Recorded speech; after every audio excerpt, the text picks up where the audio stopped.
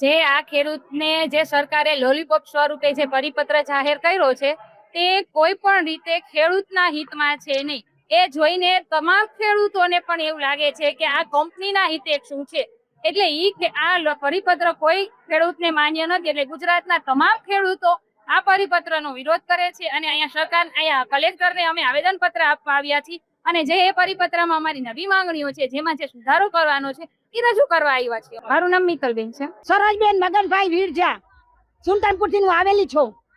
અમારા છોકરા બે નાના બાળકો છે તો એને મૂકીને આવી છે. હવે તો અદાની ને હવે તમારે સમજવું પડશે. 15 દી અમે રેલી કાઢી છે તો કેમ ધ્યાન નથી દેતો? અદાની ને શું ખૂટે છે? શું વાંધો આવે અદાની ને અમારે જમીન એની અદાની ની અમારે જરૂર નથી. અદાની ને અમારી જરૂર છે. અમારા ખેતરમાં ઈ આવે છે, અમે એના ખેતરમાં નથી જાતા, એના કંપનીમાં નથી જાતા હક લેવા. અમારા ખેતરમાં હક લેવા ઈ આવે છે ને, અમે તો હક લેવા જાતા નથી ને. અમારે હક અમારો જોઈએ જ છે. એને રૂપિયો દુનિયાનો કમાય છે, ખોટું કરીને કમાય છે રૂપિયો. અમે તો મહેનત કરીને રૂપિયો કમાય છે ને. અમારે 5 વીઘા જમીન છે, એમાં અમારે 2 બાળકો ને એક થાંભલો આપે તો વીઘાએ ભરે. એનો ખાટલો એક રી એટલી જગ્યા રે. અદાની ને ખાટલો એક જ રી એટલી જગ્યા રે અમારે. તો અદાની ખાટલો અહીંયા ઢાળી જાય તો થાય હવે એમ. એનો ખાટલો એક હવે અદાની ઢાળે તો થાય ને, બીજું તો અમારે કઈ થાય નહીં. કઈ અમારથી હવે બેન થાય અમારે બીજું કઈ નો જ અમારે માગણી જ અમારે જોઈએ.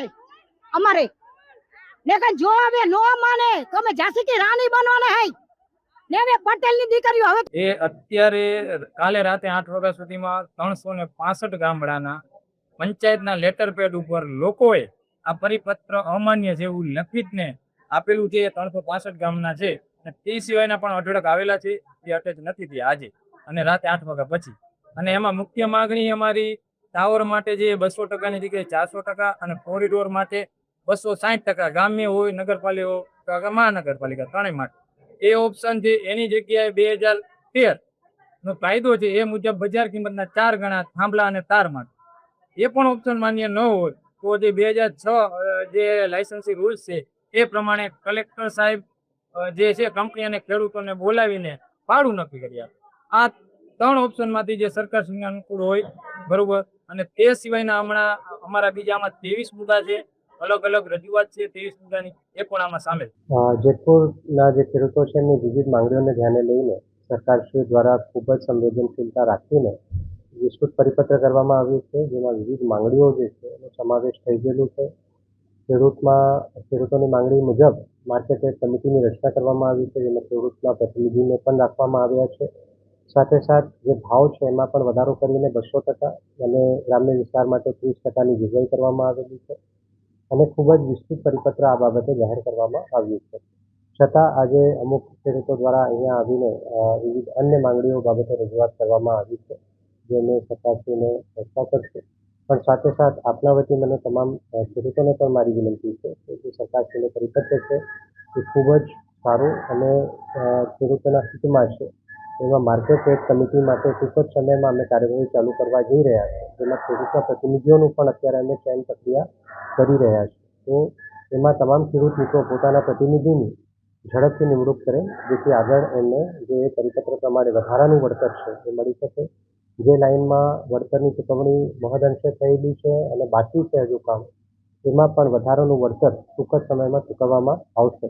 જેથી તમામ ખેડૂતોને પણ મારું આગ્રહ અને વિનંતી છે કે આપ લોકો આવો અને માર્કેટ યાર્ડ કમિટીનો ભાગ બનો, જેથી આપણે વધારાનું વળતરની ચૂકવણી થઈ શકે.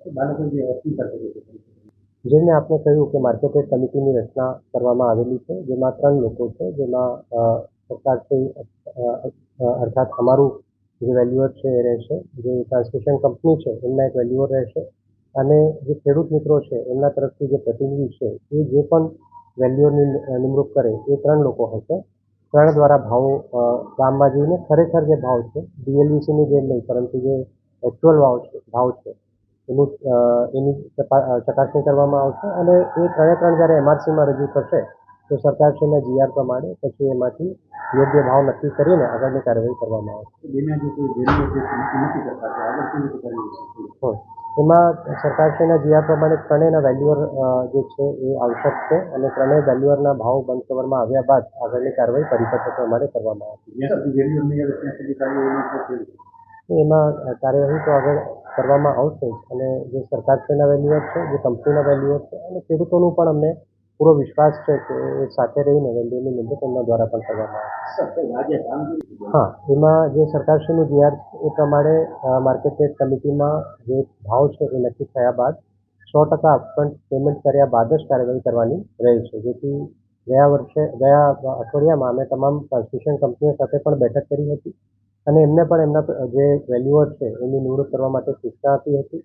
એમની વેલ્યુઅરની નિમણૂક થાય, સરકારશ્રીના વેલ્યુઅરની નિમણૂક થાય અને ખેડૂતોના વેલ્યુઅરની નિમણૂક થાય. ભાવ નક્કી થાય, 100% પેમેન્ટ ખેડૂતોને ક્રેડિટ થાય એના પછી જ કામગીરી કરવાની રહેશે. એ સૂચના બહુ સ્પષ્ટપણે અમે જે તમામ ટ્રાન્સમિશન કંપનીઓ છે એમને પણ આપી છે. નહીં, આ કમિટીમાં જે નિર્ણય છે એ બહુમતી એના આધારે થવાનું નથી. સરકારશ્રીએ ખૂબ જ વિસ્તૃત એમાં ગાઈડલાઈન આપેલી છે કે કેવી રીતે ભાવ લેવામાં આવશે, મંથ કવરમાં લેવામાં આવશે. એ ભાવોમાંથી 3 કવર પૈકી 2 કવરનું સિલેક્શન કરવામાં આવશે. આ 2 કવર જે સિલેક્ટ થશે એમાં પણ જે ભાવમાં અંતર છે એ જોવામાં આવશે. 20%થી વધુ ભાવમાં અંતર હોય તો કેવી રીતે કાર્યવાહી થશે, 20%થી ઓછું હોય કેવી રીતે થશે, એ તમામ વિગતો પરિપત્રમાં બહુ ડિટેલમાં આપવામાં આવેલી છે.